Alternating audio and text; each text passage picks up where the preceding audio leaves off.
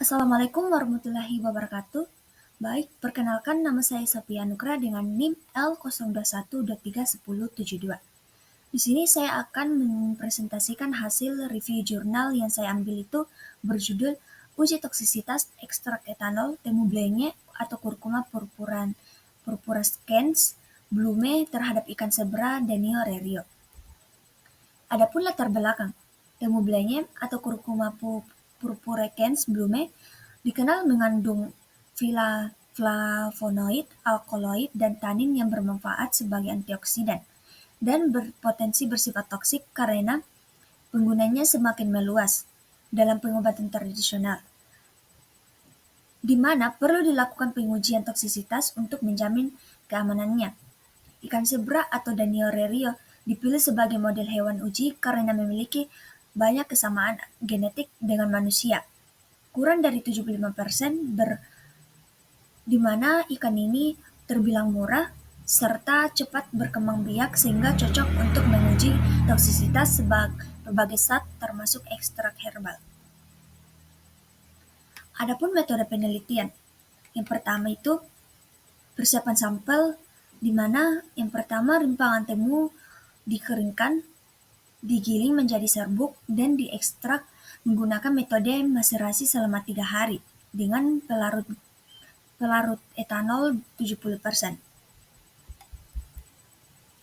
Yang kedua, standarisasi ekstrak dilakukan dua jenis pengujian. Yang pertama, parameter spesifik, di mana uji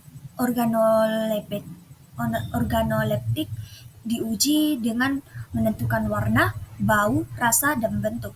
Yang kedua, parameter non-spesifik, di mana parameter ini ditentukan kadar air, kadar abu total, suhu pengeringan, bebas etanol, dan bobot jenis. Yang ketiga, screening fitokimia. Screening fitokimia dilakukan dengan ekstra diuji kandungan senyawa metabolit sekundernya seperti alkaloid, flavonoid, tanin, sponin, titerpenoid, steroid, dan minyak atsiri menggunakan berbagai reagen kimia spesifik. Yang kedua, ekstra dilarutkan ke dalam larutan induk dengan konsentrasi 10.000 ppm, lalu diencerkan menjadi konsentrasi 1.000, 500, 250, 125, dan 62,5 ppm, di mana DMSO 0,01% digunakan sebagai pelarut nonpolar. Yang keempat, uji toksisitas akut, di mana uji toksisitas akut ini dilakukan dengan menguji ikan sebra atau Danio rerio dengan ikan berumur 2-3 bulan digunakan sebagai hewan uji. Yang kedua, tiap akuarium diisi 7 ekor ikan dan diberi perlakuan dengan larutan uji selama 96 jam. Yang ketiga, kematian ikan diamati tiap hari dan dicatat. Yang keempat, larutan kontrol negatif atau tanpa ekstrak hanya DMSO juga disertakan. Yang kelima, analisis data. Data kematian dianalisis menggunakan metode regresi probit dengan software SPSS untuk menemukan nilai LC50, yaitu konsentrasi yang menyebabkan kematian 50% populasi selama 24 jam. Hasil dari uji ini menunjukkan bahwa nilai LC50 dari ekstra Temublenye adalah 83,7 ppm yang masuk ke dalam kategori toksik.